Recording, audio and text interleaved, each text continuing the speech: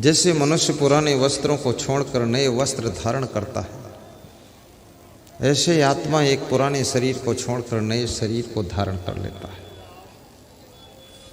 मृत्यु क्या है? मृत्यु उस प्रक्रिया का नाम है जिसमें पुराना शरीर छूट जाता है और नया शरीर प्राप्त हो जाता है। कोई व्यक्ति आपकी पुरानी गाड़ी को ले ले और नई गाड़ी आपको दे दे तो उसको आप धन्यवाद दोगे कि उससे वाद विवाद करोगे? धन्यवाद दोगे। तो मृत्यु जो है आपके पुराने शरीर को छीन लेती है और नए शरीर को दे देती है, तो मृत्यु को धन्यवाद देना चाहिए। कबीर साहब ने मृत्यु के बारे में कहा है, जेहि मरने से जग डरे मेरे मन आनंद, कब मरी हूँ कब पाई हूँ पूर्ण परमानंद। जिस मौत से सारा संसार डरता है उस मौत का नाम सुन करके मेरे मन में आनंद हो रहा है, और कब मरूंगा कब पाऊंगा उस परमानंद को, मृत्यु को गले लगाने वाले कबीर साहब हैं। और मृत्यु ना तो आत्मा को मार पाती है, और शरीर जिन जड़ तत्वों के कणों से बना हुआ इस तत्वों को भी नहीं मार पाती है। मृत्यु सिर्फ इतना काम करती है, शरीर और आत्मा को अलग अलग कर देती है।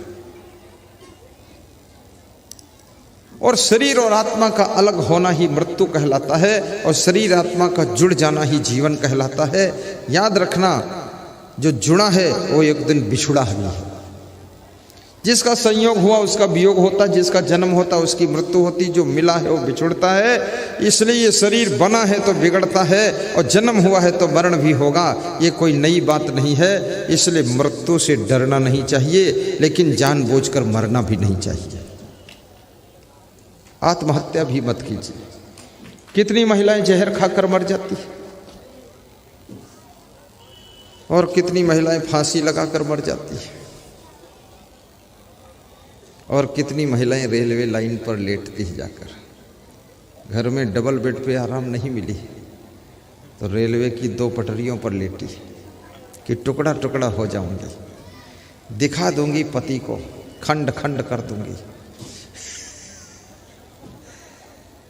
मत गुस्सा करना, आत्महत्या मत करना। ज्ञान की तलवार को लेकर के अपने क्रोध को काटिए, अहंकार को काटिए। ज्ञान की कृपाण को लेकर के लोभ को मारिए, मोह को मारिए। इस शरीर को मारने से क्या फायदा? इतना सुंदर शरीर आपको मिला है।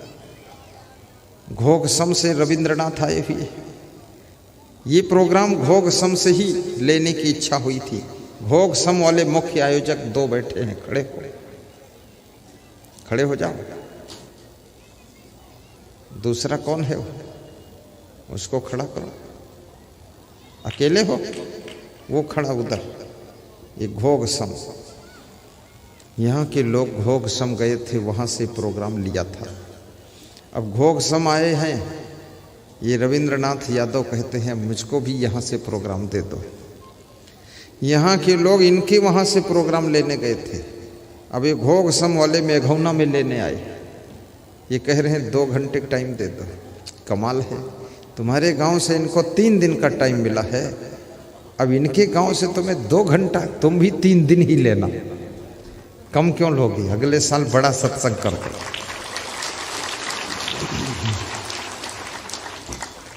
बैठो। तुम्हें देख कर के एक ख्याल आ रहा है कि जैसे फरिश्ता कोई हंस रहा है। तुम्हें देख कर के एक ख्याल आ रहा है कि जैसे फरिश्ता कोई हंस रहा है। कोई मेरी आँखों को देखे तो समझे कि तुम मेरे क्या हो, कि तुम मेरे क्या हो। कोई मेरी आँखों को देखे तो समझे कि तुम मेरे क्या हो, कि तुम मेरे क्या हो। तुम ही मेरे मंदिर, तुम ही मेरी पूजा, तुम ही देवता हो, तुम ही देवता हो। तुम ही मेरे मंदिर, तुम ही मेरी पूजा, तुम ही देवता हो, तुम ही देवता हो। बोलिए सद्गुरुदेव की जय। सीधे बैठ जाइए, जागरूक होकर बैठिए।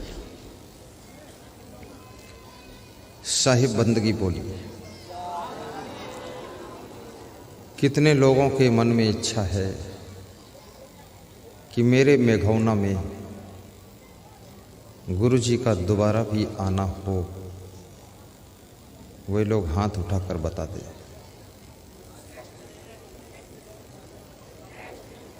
बात समझते नहीं हो क्या? जिनकी इच्छा है मेघौना में दोबारा फिर आना, वे सब दोनों हाथ ऊपर उठाना। अब समझ में आया? बिल्कुल नीचे कर लो। सबने उठाया है, खाली 2-4 लोग बचे हैं। वो सोच रहे हैं अब दोबारा आओगे तुमको बहुत पीटेंगे हम लोग।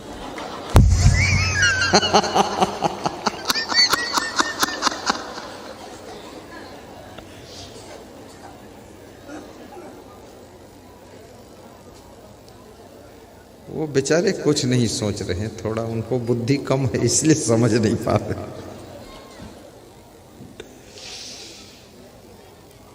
शाही बंदगी बोलो।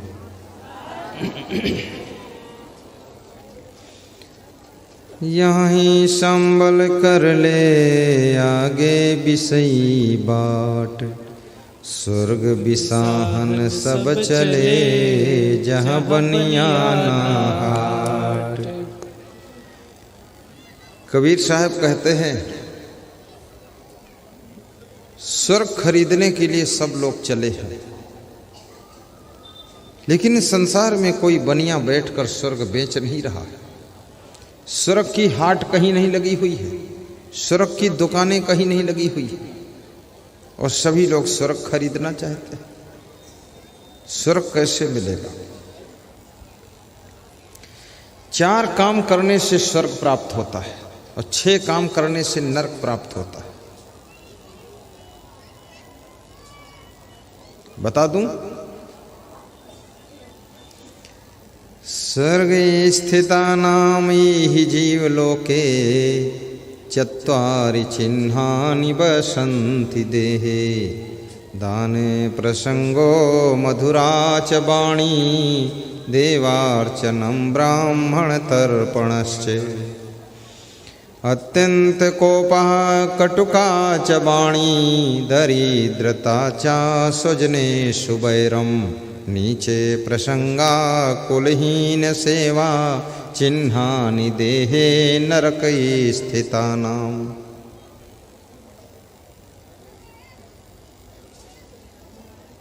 और मोक्ष प्राप्त करने वालों को केवल एक काम करना होता है। जिनको स्वर्ग चाहिए उनको 4 काम करना पड़ेगा, और जिनको नरक चाहिए उनको 6 काम करना पड़ेगा, और जिनको मोक्ष चाहिए उनको सिर्फ 1 काम करना पड़ेगा। मोक्ष कैसे मिलेगा? यतः परम कैवल्यम गुरुमार्गेण वै भवेत, गुरु भक्तिरति कार्या सर्वदा मोक्ष कांक्षी भी। इसका अर्थ भी बता देता हूं, क्योंकि ये सब संस्कृत भाषा तुम कहां तक समझोगे इसको। स्वर्ग स्थिता नाम यह जीव लोके चत्वारि चिन्हानि वसन्ति देहे। जो आत्माएं स्वर्ग का सुख भोग करके इस धरती पर आकर के जन्मी हैं, उनमें 4 लक्षण होते हैं, उनकी 4 पहचान होती है। और जो आत्माएं वर्तमान में भी स्वर्ग का सुख प्राप्त कर रही हैं, उनमें भी 4 लक्षण होते हैं। पहला लक्षण दान प्रसंगों, उनको दान करने में आनंद आता है। दूसरा लक्षण मधुराचा वाणी, मीठी बोली बोलने में उनको सुख मिलता है। तीसरा लक्षण जिनमें देवी और देवता के गुण हैं, देवी जैसी नारियों की और देवता जैसे पुरुषों का जो सम्मान करते हैं, वे लोग स्वर्ग का सुख पाते हैं। जो नारियों में देवी का दर्शन करते हैं, पुरुषों में देवता का दर्शन करते हैं, स्वर्ग का सुख मिलता है। एक नवयुवक अपनी पत्नी और बच्चों को लेकर के मंदिर में पूजा करने के लिए गया। भीड़ बहुत थी मंदिर में, साईं बाबा का मंदिर था। तो उसने श्लोक मंत्र बोलना शुरू किया, तुमेव माता च पिता तुमेव। तो मंदिर की ओर हाथ जोड़कर खड़ा हुआ और बोला, तुमेव माता च पिता तुमेव। फिर उसको याद आया कोई मेरे चप्पल न उठा ले गया हो। तो चप्पलों की ओर मुड़ करके देखा, हाथ जुड़े हैं और सिर मुड़ा, हाथ जुड़ा और मंत्र चालू है। देवता की ओर देखकर कहता है, तुमेव माता च पिता तुमेव। और चप्पलों की ओर देखकर कहता है, तुमेव बंधुश्च सखा तुमेव। फिर 2-3 छोटे छोटे बच्चे थे। सोचा भीड़ भाड़ में बच्चे इधर उधर कहीं खिसक ना जाए, खो ना जाए। तो बच्चों की ओर मुड़कर देखा, हाथ जोड़कर, हाथ जुड़े हैं और सिर मुड़ा है बच्चों की ओर और मंत्र चल रहा। क्या बोला? तुमेव विद्या द्रविड़म तुमेव। फिर पत्नी को देखा कि पत्नी कहीं भीड़ भाड़ में इधर उधर ना हो गई हो। जिनके पत्नी होती है वे सत्संग में अगर पत्नी को लेकर आते हैं ना, तो आधे मन से ही सत्संग सुन पाते, आधा मन तो पत्नी में लगा रहता है।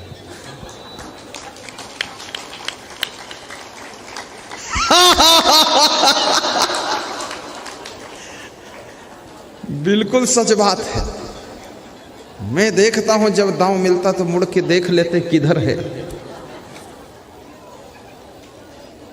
और पत्नियों को परवाह नहीं मेरा पति किधर है, चाहे जिधर रहो, जरूरत नहीं तुम्हारी।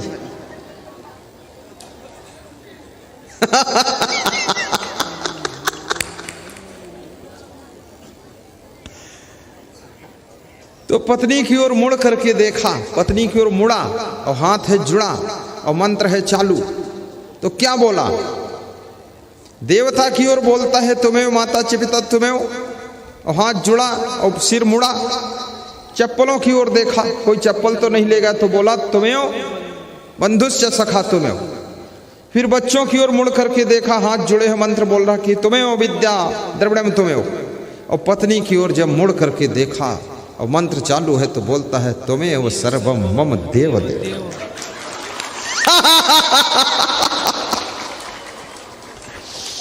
पत्नी बहुत खुश हुई कि मंदिर में आना सफल हो गया, देवता की ऐसी की तैसी, मैं तो सर्वम देव हो गई। क्या बात है। बोले चलो निकलो मंदिर से, जो मिलना था मिल गया। आज तूने सही परखा है, ये देवी देवता क्या है, इनकी टक्कर में मैं सर्वम देव देव हूं। बहुत खुश होकर आती। वास्तव में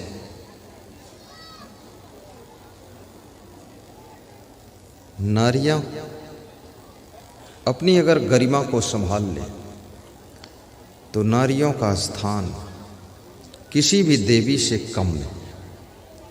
और पुरुष यदि अपनी महिमा को संभाल ले, तो पुरुष का स्थान किसी देवता से कम नहीं। एक ट्राली के पीछे लिखा हुआ था सेंटेंस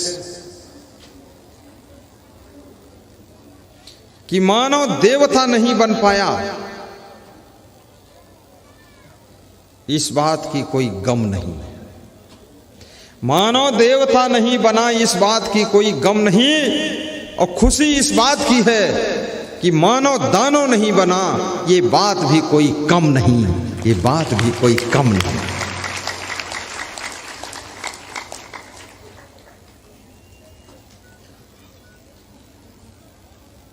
मानुष तेरा गुण बड़ा, मानस न आवे काज। हाँ न होते आवरण, त्वचा न बाजन बाज। मानुष जन्म दुर्लभ, मिले न दूजी बार। पक्का फल जो गिर पड़ा, बोरे न लागे डार। मानुष तन सद्गुरु मिलब, मोक्षों इच्छा होय। दुर्लभ तीनों परम है, पाय सुयोग न होय। बड़े भाग्य मानुष तन पावा, सुर दुर्लभ सद्ग्रंथन गावा। बड़े भाग्य मानुष तन पावा। क्या हाल है? कहीं नहीं लिखा है कि बड़े भाग्य पशु तन पावा, बड़े भाग्य पंछी तन पावा, बड़े भाग हाथी तन पावा, ऊंट तन पावा, शेर तन पावा। किसी को महिमा नहीं बताई है। भगवान राम कहते हैं बड़े भाग्य देवता तन पावा, देवी तन पावा। नहीं, कहते हैं बड़े भाग्य मानुष तन पावा, क्योंकि मनुष्य का स्थान देवी और देवताओं से भी बड़ा स्थान है। जब मनुष्य अपनी मनुष्यता को खो देता है, तब देवी देवताओं की मंदिर में जाकर गिड़गिड़ाता है। जब मनुष्य अपनी मानवता को हासिल कर लेता है, तो मानव के रूप में राम आए थे। राम जब वनवास जा रहे थे, तो देवी और देवता उनके ऊपर फूल बरसा रहे थे। लेकिन आज का मानव 2 फूल लेकर के देवी देवताओं के ऊपर बरसाने जाता है। अगर तुम अपनी मान मर्यादा को याद कर लो, भगवान श्री राम जैसे पुरुषों में उत्तम बन जाओ, तो ये देवी देवता तुम्हारे ऊपर पुष्प की वर्षा करेंगे।